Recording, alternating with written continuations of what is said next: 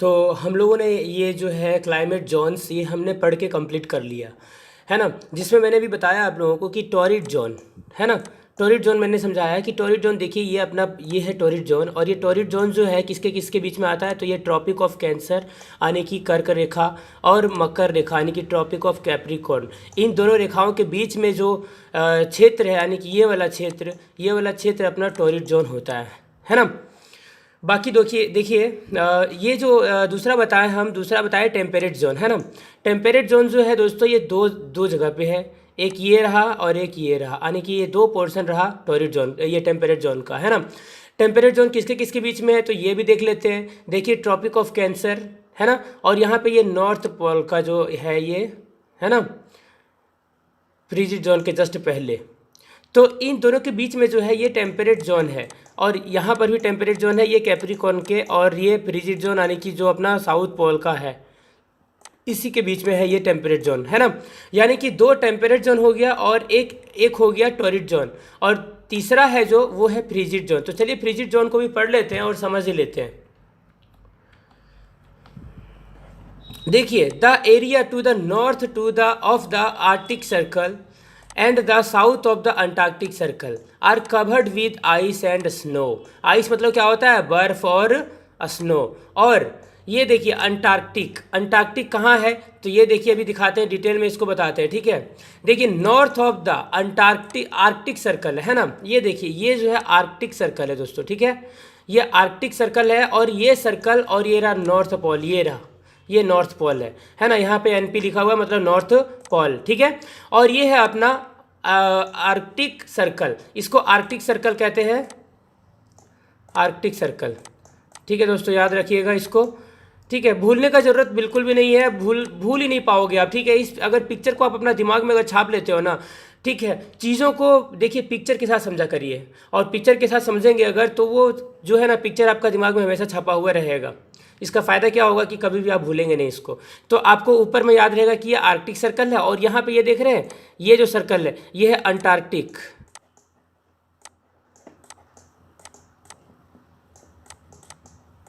है ना, ये अंटार्कटिक सर्कल है। तो ये अंटार्कटिक सर्कल और ये रहा साउथ पोल, यानी कि इन दोनों के बीच में यानी कि ये वाला क्षेत्र और एक ये वाला क्षेत्र, ये दोनों जो है फ्रीजिड जोन है। देखिए this zone is called frigid zone, यानी कि इसी जोन को फ्रीजिड जोन कहा जाता है, ये दोनों जोन को, ठीक है। ये दोनों जोन ये रहा है ना। आगे देखिए the zones are also called polar region. देखिए दोस्तों आपसे एक सवाल भी किया जा सकता है, ठीक है, कि फ्रीजिड जोन को पोलर जोन भी या पोलर रीजन भी कहा जाता है, क्या ये सही बात है, तो आप वहाँ पे ट्रू लगाएंगे, ठीक है। क्योंकि देखिए फ्रीजिड जोन, और फ्रीजिड मतलब कि वैसा क्षेत्र जो पूरा फ्रीज है यानी कि पूरा जो जम गया है, यानी कि बर्फ ही रहता है यहाँ पे ज़्यादा से ज़्यादा, ठीक है। और इसी को पोलर रीजन कहा जाता है। यहाँ पे खास करके पोलर बियर पाया जाता है जानवर, है ना, पोलर बियर, जिसके कारण इस जगह को पोलर रीजन भी कहा जाता है। देखिए इस क्षेत्र में कौन कौन सा जगह आता है, it includes Canada, Alaska, Greenland, northern Russia etc, ठीक है। ये सारे जो देश हैं ये सारे देश यहीं पे हैं, इन्हीं दोनों जगह पे, यहाँ पे और यहाँ पे। तो ये ऊपर में है ये सारा जो जगह है, ठीक है। These areas experiences the midnight sun. देखिए दोस्तों क्या कहता है, इसका खासियत क्या है ये फ्रीजिड जोन का, कि यहाँ पर मिड नाइट सन दिखता है, यानी कि आधी रात का भी चांद वहाँ पे दिखता है, ये सूरज दिखता है।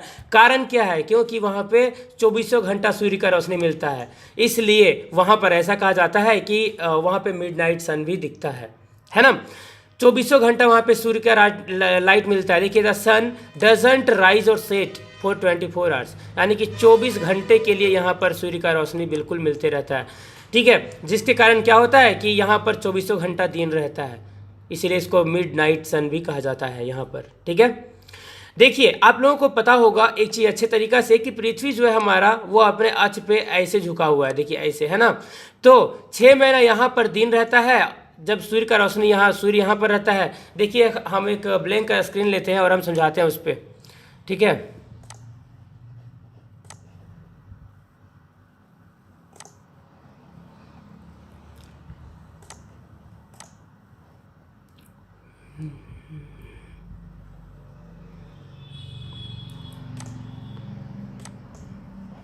देखिए मान लीजिए कि ये देखिए हम लोग जानते हैं अच्छे से कि ये पृथ्वी है, ठीक है, और ये जो है अपने अक्ष पे ऐसे झुका हुआ है, ठीक है। यहाँ पे देखिए पृथ्वी जो ये रहा अपना सन, ठीक है, सूर्य, ठीक है, यहाँ पे भी पृथ्वी है और यहाँ पर भी पृथ्वी है। देखिए ये पृथ्वी इतना सारा आया कहाँ से, तो अभी दिखाते हैं, ठीक है। इस बात को समझिएगा बहुत ही गौर से, ठीक है दोस्तों। देखिए यहाँ पे NP यानी कि नॉर्थ पोल और नीचे SP, ठीक है। अब देखिएगा ध्यान दीजिएगा कि पृथ्वी जो है, हम लोग हमेशा पढ़े हैं कि पृथ्वी जो है वो सूर्य के चारों ओर परिक्रमा करती है, यही ना पढ़े हैं आज तक, है ना। तो इसको जब पढ़े हैं तो ये बात तो सही है भाई साहब, ठीक है, कि ये जो है पृथ्वी जो है वो सूर्य के चारों ओर चक्कर लगाती है। तो देखिए ये पोलर रीजन जो है, हम बताएं कि पोलर रीजन यहाँ पे है और यहाँ पर है, ये दो जगह पे है ना। तो ध्यान से देखिएगा, आपको समझ में आ जाएगा, ठीक है। देखिए सूर्य का रोशनी अभी जो है पड़ रहा है साउथ पोल पे, यानी कि यहाँ पर भी 6 महीने के लिए दिन है। यहाँ से देखिए, यहाँ से यहाँ तक आने में टोटल, यहाँ से देखिए, यहाँ से टोटल यहाँ तक आने में पृथ्वी को 6 महीना लग जाता है। जिसके कारण क्या होता है कि सूर्य का रोशनी एक ही जगह पे पड़ते रहता है, जिसके कारण क्या होता है कि 6 महीने का दिन यहाँ पे होता है। और ये देखिए ये वाला पोर्शन जो है वो अंधेरे तरफ चला गया, यानी कि सूर्य का रोशनी उधर बिल्कुल भी नहीं मिल रहा, जिसके कारण क्या होता है कि 6 महीने के लिए वहाँ पे रात हो जाता है, ठीक है। तो इस तरह से देखिए अभी ये वाला जो पोर्शन है, ये वाला पोर्शन ऊपर वाला है ना, वो देखिए यहाँ पे आ गया है एकदम सूर्य के सामने, तो यहाँ पे तो डायरेक्ट सनलाइट पड़ रहा है ना। तो अभी ये वाला पोर्शन में दिन हो गया और ये वाला पोर्शन फिर छिप गया, यानी कि ये वाला पोर्शन जो है वो पोर्शन ये रहा, यहाँ पे ये छिप गया, है ना। तो यहाँ पे रात हो जाता है, 6 महीने के लिए रात हो जाता है और यहाँ पे 6 महीने के लिए दिन हो जाता है। तो इस तरह का सिचुएशन के कारण जो है नॉर्थ पोल जो है ना, वहाँ पे दिन रहता है 6 महीने का और 6 महीने का रात रहता है, ठीक है। आगे बढ़ते हैं।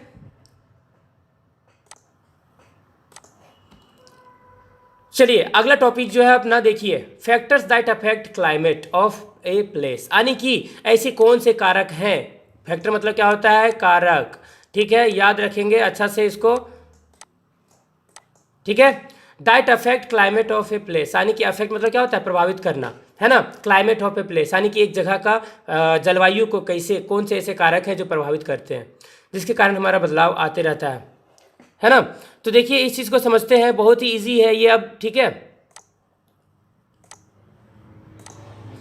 चलिए देखिए पहला जो है, पहला नंबर वो है अपना डिस्टेंस फ्रॉम द सी, ठीक है, डिस्टेंस फ्रॉम द सी, यानी कि समुद्र से जितना ज़्यादा दूरी पर होगा कोई भी धरती का हिस्सा, वो हिस्सा उतना ही ज़्यादा कम प्रभावित होगा वहाँ का जलवायु। देखिए इसके बारे में पढ़ते हैं डिटेल में, ठीक है। देखिए यहाँ पे आप ध्यान से देखिए, ये रहा समुद्र और ये रहा धरती, है ना। आपको पता होना चाहिए कि सूर्य का रोशनी को सबसे ज़्यादा अवशोषित कौन करता है, वो क्षेत्र पृथ्वी का जो ठोस है, और ये तो लिक्विड है, ये तो आपको पता है ये लिक्विड है ना। तो देखिए ये पृथ्वी है, ये धरती है, यानी कि ये जो है ये तो सॉलिड है, यानी कि सॉलिड मतलब ठोस होता है, आपने पढ़ा होगा साइंस में, है ना। तो जो ठोस रहता है वो सूर्य की गर्मी को ज़्यादा अवशोषित करता है, जिसके कारण ये वाला क्षेत्र हो जाता है पूरा गर्म।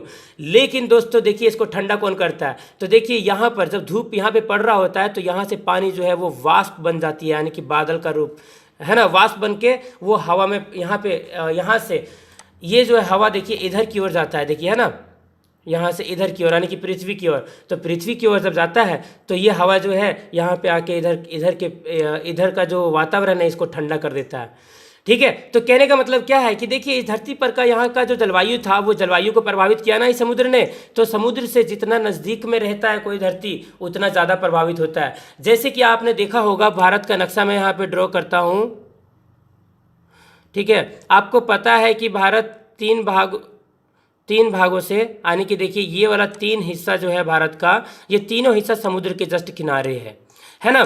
तो ये जो क्षेत्र है ना, ठीक है, आपको पता होना चाहिए कि समुद्र के जस्ट किनारे है, तो ये सारे जो क्षेत्र हैं यहाँ पे मतलब कि गर्मी लगभग दिन में रहता है, लेकिन रात में बहुत मस्त मौसम रहता है, ठंडा सा मौसम, है ना। कैसे, तो समुद्र के कारण होता है, समुद्र से यहाँ से ठंडी हवाएं आती है इन जगहों पे, और यहाँ से क्या होता है, इन जगहों को ठंडा हवा मिलता है, जिसके कारण क्या रहता है कि यहाँ के जो क्षेत्र है, यहाँ का जलवायु जो है हमेशा एक जैसा रहता है सालों भर, क्योंकि ये सालों भर समुद्र के किनारे ये धरती का हिस्सा रहता है ना। बाकी आपने ये भी सुना होगा कि चेन्नई एक ऐसा क्षेत्र है जहाँ पर हमारा भारत में सबसे पहले मानसून आता है। मानसून मतलब कि बारिश का मौसम सबसे पहले आता है यहाँ पे इस क्षेत्र में। इसके पीछे कारण क्या है? तो कारण बस यही है ना। आगे बढ़ते हैं और देखते हैं। यहाँ पे एग्जाम्पल भी मैंने दिया हुआ है, देखिए, the sea affect the climate of a place, यानी कि समुद्र जो है वो किसी जगह का जलवायु को अच्छे से प्रभावित करता है। जैसे कि coastal areas are cooler and wetter than land areas. क्या कहता है कि समुद्र के जस्ट किनारे का जो इलाका होता है वो इलाका बहुत ही वेटर रहता है। वेटर मतलब कि क्या हुआ? भींगा हुआ रहता है हमेशा, है ना, हमेशा भींगा हुआ रहता है। भींगा हुआ कैसे रहता है? क्योंकि वो समुद्र के जस्ट किनारे है, तो वहाँ पे वर्षा होते रहती है, लगभग कभी भी दिन में बारिश हो जाती है वहाँ पे उन क्षेत्रों में। जैसे कि ये भारत का ये जो क्षेत्र है, चेन्नई हो गया, केरल हो गया, है ना, मुंबई हो गया, इन सारी जगहों पे कभी भी बारिश हो जाती है। आपने देखा भी होगा न्यूज़ में कई बार कि इन जगहों पर बाढ़ आ जाती है ना। तो बाढ़ आने का कारण यही है कि समुद्र के जस्ट किनारे है ये क्षेत्र, इसलिए क्या होता है कि यहाँ पर बारिश जो है बहुत ज़्यादा होता है। यहाँ पे वेपोराइजेशन ज़्यादा होता है ना, वाष्प ज़्यादा बनता है समुद्र का पानी, इसलिए क्या होता है कि यहाँ पर बारिश कभी भी हो जाता है और यहाँ का मौसम बहुत ही बढ़िया रहता है इसलिए। ठीक है, ना ही ठंडा ना ही गर्मी, लगभग सेम रहता है। लेकिन गर्मियों के मौसम में ज़्यादा वेपोराइजेशन होता है, जिसके कारण क्या होता है कि ये क्षेत्र जो है और ज़्यादा यहाँ पे मौसम खराब हो जाता है। कारण क्या है? तो हवा में पानी का नमी आ जाता है ना। आगे देखिए, this is because clouds are formed when warm air from inland areas meets cool air from the sea. देखिए, ये चीज़ मैंने आपको समझा दिया है पहले ही। These clouds give rain in the coastal areas like Chennai is one of them. देखिए, चेन्नई के बारे में मैंने आपको बताया भी है ना। तो चलिए आगे बढ़ते हैं। देखिए, पहला जो हो गया फैक्टर, यानी कि पहला जो कारक हो गया वो हो गया डिस्टेंस फ्रॉम द सी। अगर आपसे लिखने के लिए कहा जाए एग्जाम में तो आप यही लिखेंगे कि पहला जो कारक है वो समुद्र से दूरी जो है वो डिपेंड करता है कि कितना दूरी पर धरती है समुद्र से, है ना। आगे बढ़ते हैं। आप देखिए, डायरेक्शन ऑफ विंड्स या तो वाइंड्स जो भी कह लीजिए, ठीक है, ये सेकंड नंबर है, यानी कि ये दूसरा कारक है। ठीक है, विंड्स का मतलब क्या होता है? हवा। क्या होता है? हवा। देखिए, हवा जिस दिशा में बहेगा उस दिशा में जो है बारिश भी हो सकता है ना, उस क्षेत्र में बारिश भी हो सकता है, और वहाँ का मौसम जो है, वहाँ का जलवायु जो है, वहाँ जलवायु पर भी अच्छा खासा प्रभाव पड़ता है। तो देखिए, इसके बारे में डिटेल में जानकारी लेते हैं। ठीक है, चलिए स्टार्ट करते हैं। देखिए, इस क्षेत्र में यहाँ पे ध्यान से देखिए, यहाँ जो मैंने ये जो पिक्चर डाला है, इस पिक्चर को आप ध्यान से देखिए, है ना। जैसा कि मैंने आपको बताया कि चेन्नई का क्षेत्र में अक्सर क्या होता है कि बारिश कभी भी आ जाता है वहाँ पे। कारण क्या है? तो देखिए, यहाँ से जो है हवाएं, देखिए यहाँ पे जो यहाँ पर ये सब देखिए, ये तो सारा समुद्र है। 3 हिस्सा हमारा पृथ्वी, हमारे भारत का जो है समुद्र से घिरा हुआ है ना। इंडियन ओशियन है, इधर अरेबियन, है ना, और इधर है आपका ये बंगाल की खाड़ी।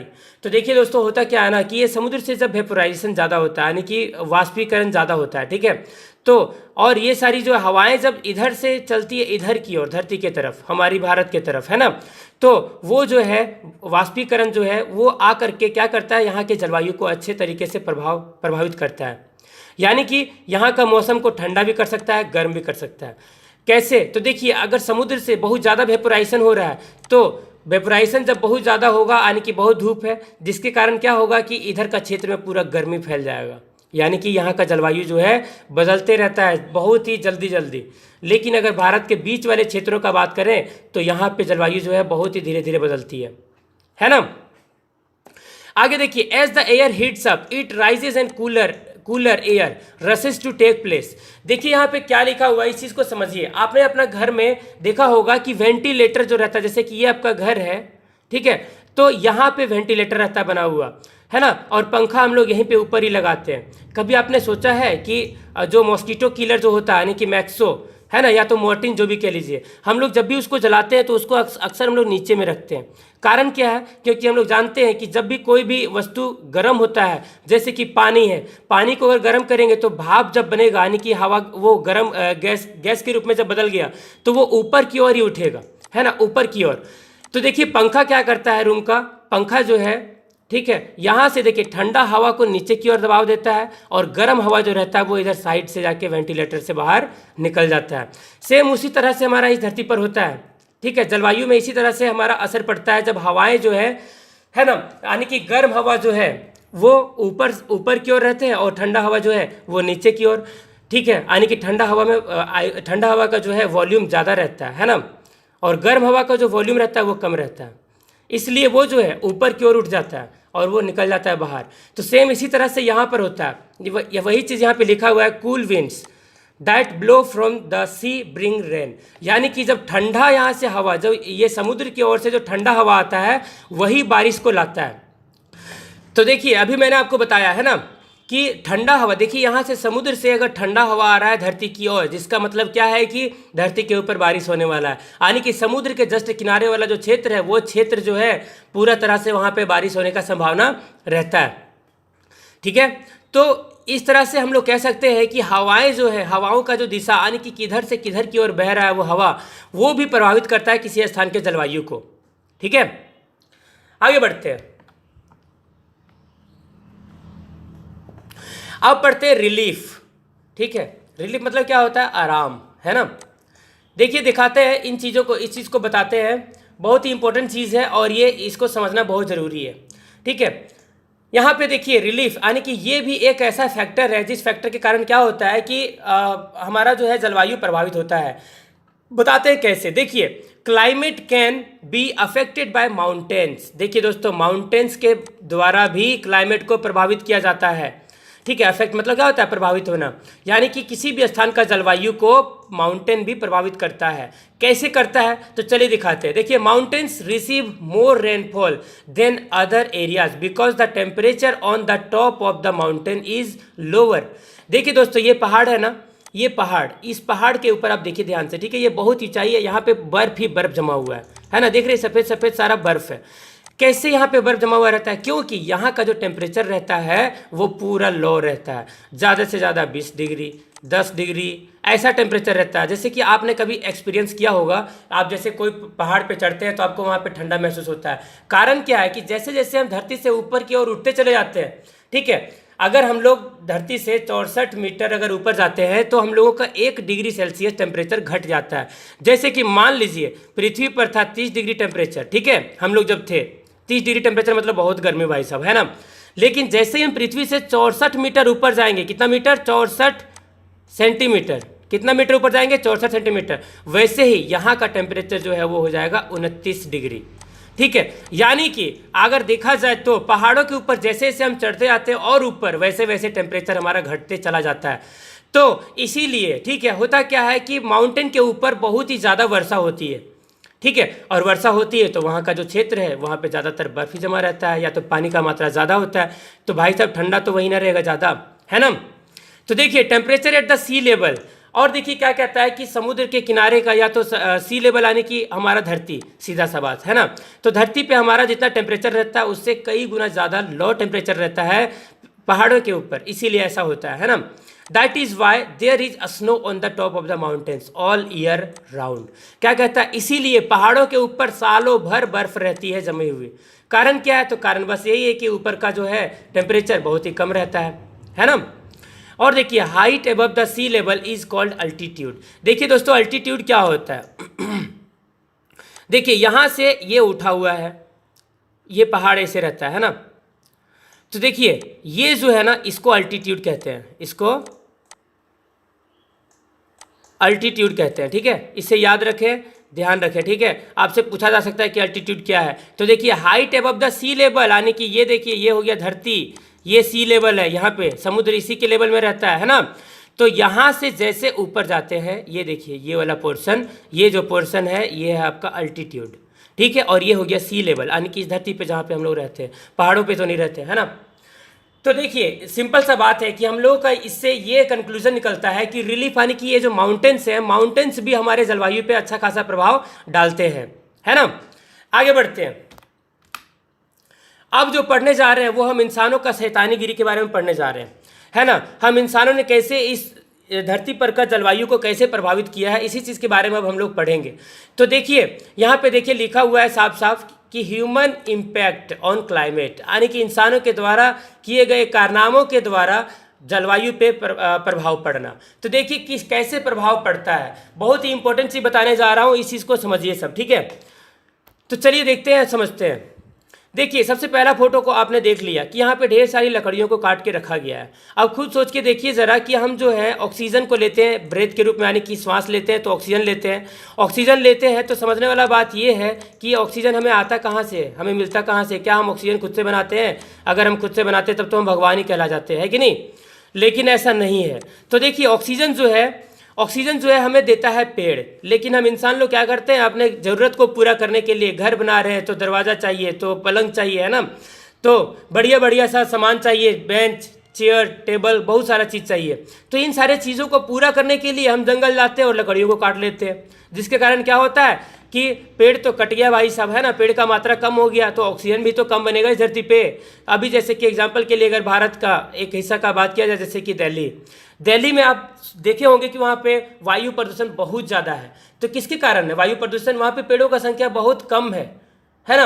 वहाँ पे जितने भी पेड़ लगे हुए हैं बस सजावट वाले पेड़ लगे हुए हैं, जिससे केवल सुंदरता को देखा जा सकता है, ऐसा लगता है कि सुंदर सा जगह है, लेकिन ऐसा कुछ नहीं है। जहाँ पे पेड़ पौधे नहीं है वहाँ पे वो सुंदरता तो देखने में बस लगता है सुंदर तो लगता है देखने में, लेकिन वो जगह इतना खराब है कि वहाँ पे श्वास भी खड़ा होकर आराम से नहीं लिया जा सकता है ना। तो वही चीज़ के बारे में यहाँ पे लिखा हुआ है कि humans activity also influences the climate of a place, यानी कि किसी जगह का, ठीक है, जलवायु जो होता है उस पर इंसानों के द्वारा किए गए गतिविधियों के कारण भी होता है।